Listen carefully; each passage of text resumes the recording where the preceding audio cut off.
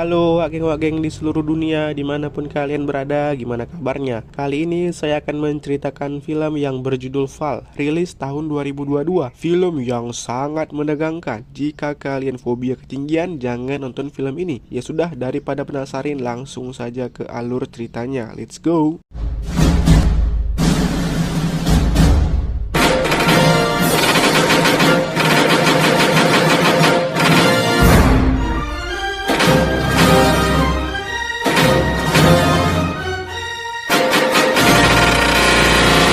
Awal mula kisah ini dimulai dengan memperlihatkan 3 orang pendaki yang sedang menaklukkan sebuah tebing curam yang menjulang tinggi ke langit. Ketiga orang tersebut adalah Becky, suaminya yang bernama Dan, serta sahabat dekat mereka yang bernama Hunter. Bagi mereka bertiga, memanjat tebing bukan sekedar hobi biasa. Aktivitas ekstrim tersebut sudah menjadi bagian dari kehidupan mereka, dan bahkan dikenal sebagai pendaki yang sangat berpengalaman dan selalu menjadi orang yang memimpin setiap pendakian.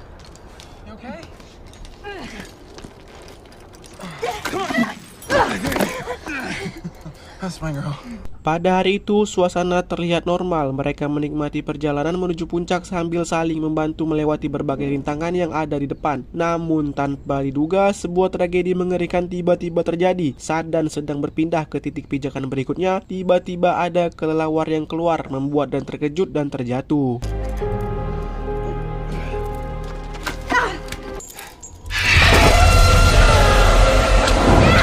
Ia berusaha bertahan sekuat tenaga sambil mencoba mencari pegangan lain. Sayangnya, semua usaha tersebut tidak membuahkan hasil. Dalam hitungan detik, tubuh Dan terjatuh dari ketinggian dan harus meninggal tepat di depan mata Becky.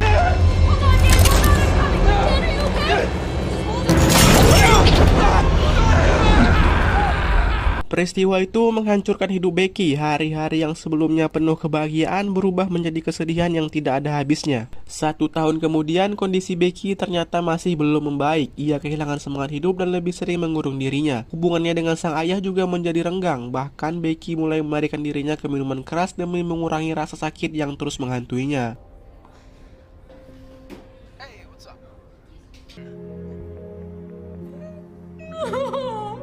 Melihat sahabatnya yang semakin terpuruk, Hunter memutuskan untuk turun tangan. Hunter percaya bahwa Becky harus menghadapi rasa takutnya jika ingin kembali menjalani kehidupan secara normal. Karena itulah ia mengajak Becky melakukan sebuah tantangan yang sangat ekstrim, yaitu memanjat menara televisi tua yang bernama B67 yang terletak di tengah gurun terpencil. Menara tersebut memiliki ketinggian lebih dari 600 meter dan sudah lama tidak digunakan. Come here. The B67 TV tower. It's only... Menurut Hunter, perjalanan ini bisa menjadi cara bagi Becky untuk menutup luka masa lalu sekaligus melepaskan abu kremasi Dan dari tempat yang sangat tinggi. Awalnya Becky menolak, namun setelah mempertimbangkannya cukup lama, ia akhirnya menerima ajakan tersebut. Beberapa hari kemudian, mereka pun berangkat menuju lokasi menara. Tapi baru mulai perjalanan saja, mereka hampir tertabrak oleh truk. Tits for clicks.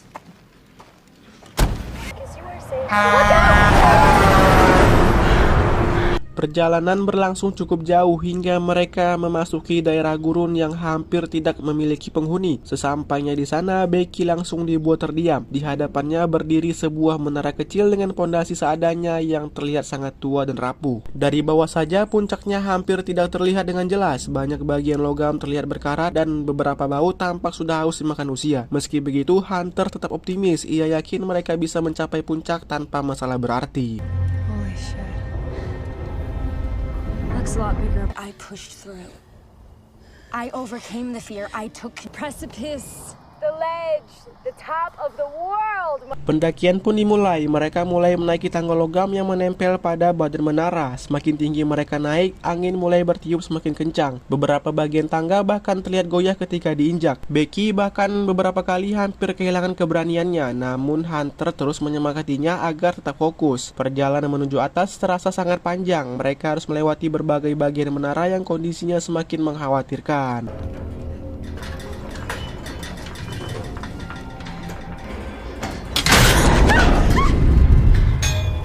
Di satu titik bahkan ada tangga yang terlepas dari rangkanya. Meski demikian mereka berhasil melewati semuanya. Kini mereka sudah setengah perjalanan. Pemandangan ke bawah juga sudah sangat kecil. Dengan menara yang sudah tua itu, mereka terus menaiki satu persatu tangga walaupun Becky seperti sudah ingin menyerah. Setelah perjuangan yang melelahkan, akhirnya mereka tiba di puncak menara. Perasaan lega langsung menyelimuti Becky untuk pertama kalinya sejak kematian dan ia merasa berhasil mengalahkan ketakutannya sendiri.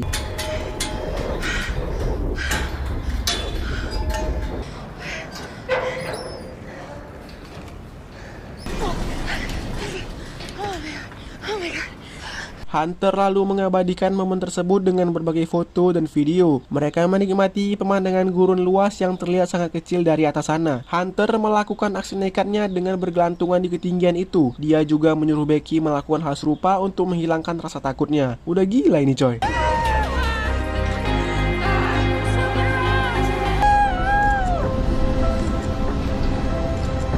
Tak lama kemudian, Becky mengeluarkan abu kremasi dan dengan penuh emosi, ia menyebarkan abu tersebut ke udara sebagai simbol perpisahan terakhir kepada suaminya. Momen tersebut menjadi salah satu titik paling emosional dalam hidupnya. Namun kebahagiaan itu tidak bertahan lama. Saat mereka bersiap turun, bencana yang sebenarnya justru terjadi. Tangga tua yang mereka gunakan untuk naik tiba-tiba patah karena bautnya sudah banyak yang hilang. Seluruh bagian tangga runtuh dan jatuh hingga ke bawah, yang membuat Becky bergelantungan di menara itu. Beruntung Hunter dengan sigap berpegangan di menara dan mampu menarik Becky sampai ke atas.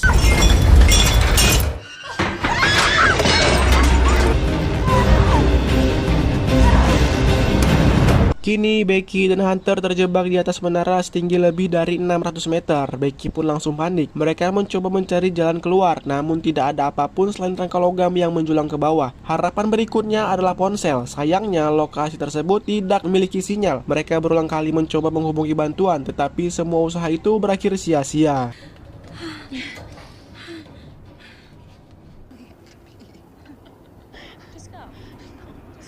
Hari mulai berganti malam, suhu yang tadinya sangat panas berubah menjadi dingin menusuk. Keduanya hanya bisa bertahan di atas platform kecil sambil menunggu keajaiban. Keesokan harinya mereka kembali mencoba mencari solusi. Mereka tetap mencari sinyal dan Hunter ingat jika di bawah menara masih terdapat sinyal. Sehingga mereka menjatuhkan ponsel Hunter ke bawah menggunakan sepatu, berharap ponsel itu tidak hancur jika sampai di bawah. Okay, so we don't know at what point we...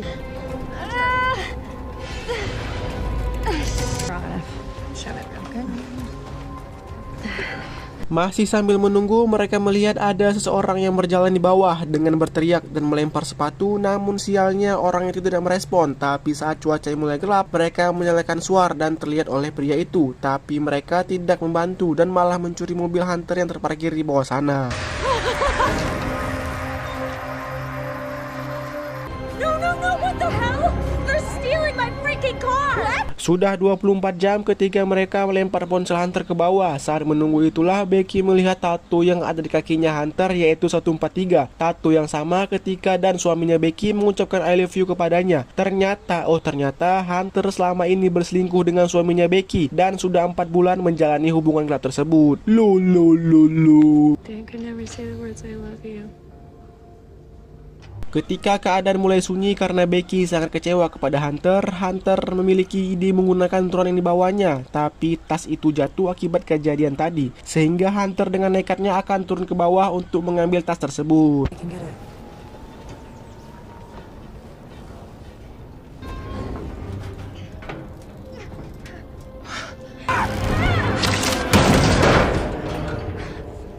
Setelah berhasil mengambil tas itu, dia langsung lompat untuk meraih tali. Disitulah Becky dengan cepat menarik Hunter ke atas dengan kekuatan penuh. Tapi saat sudah hampir sampai ke atas, tiba-tiba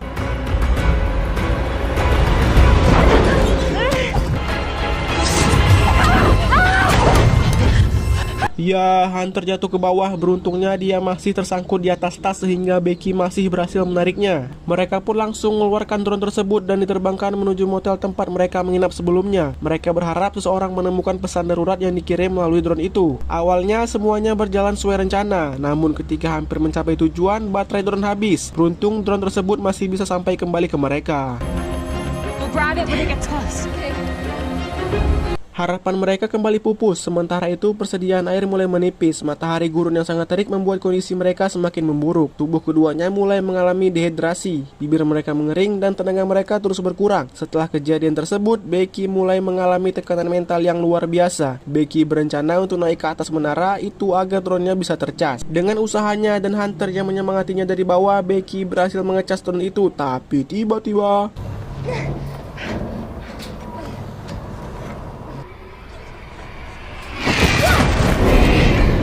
ada elang yang menyerang Becky, tapi dia masih berhasil turun. Dengan keadaan drone sudah terisi penuh, dia menerbangkan kembali drone itu ke hotel. Tapi lagi-lagi saat sudah dekat, drone itu malah tertabrak truk dan rencana mereka gagal lagi.